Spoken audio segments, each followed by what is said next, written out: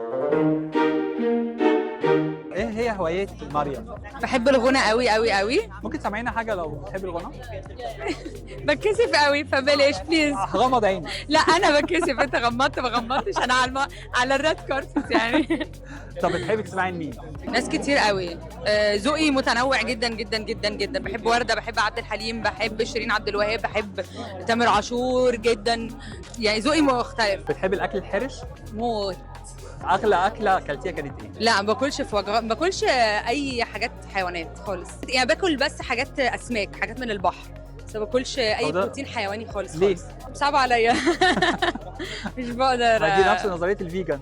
الفيجن ما بياكلوش اي منتجات حيوانيه، بمعنى انه ولا لبن ولا زبادي ولا زبده ولا بيض، اي منتج طالع من الحيوان حاجه خالص. انا مش كده، باكل جبنه وباكل كل الحاجات دي، وباكل بروتين نباتي، بس مش باكل بروتين حيواني بس. Tell us more about your future projects. هو ان شاء الله ورد وشوكولاته يتعرض يوم 30 الشهر ده، متحمسه له قوي. وان شاء الله بنات الباشا يتعرض برضو قريب ان شاء الله.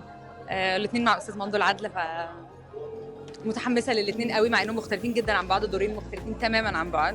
دول الحاجات اللي شور، لسه في حاجات بقى in the works زي ما بيقولوا، اللي هو لسه بنتكلم عليها بس ما فيش حاجه شور. في صفه فيكي عايزه تغيريها؟ ممكن ساعات اكون عصبيه شويه، يعني برياكت بسرعه. بس جوزي علمني حاجه بصراحه حلوه، انه لما حاجه تضايقك قوي وحسيتي انها مشكله كبيره، استني باتي واصحي تاني يوم شوفي لو لسه مضايقاكي.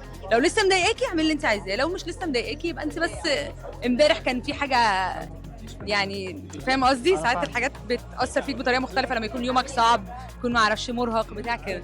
بتخافي من الحسد؟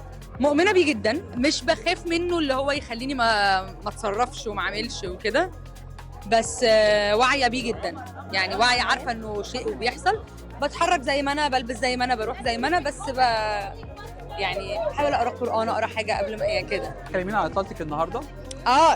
الفستان نور فتح الله، متحمسه له جدا عشان هو جينز فمبسوطه قوي. الجولري جلامور، الميك اب نهى عز الدين، وشعر صغير بيشو، وطبعا الستايلست آيات سيف النصر.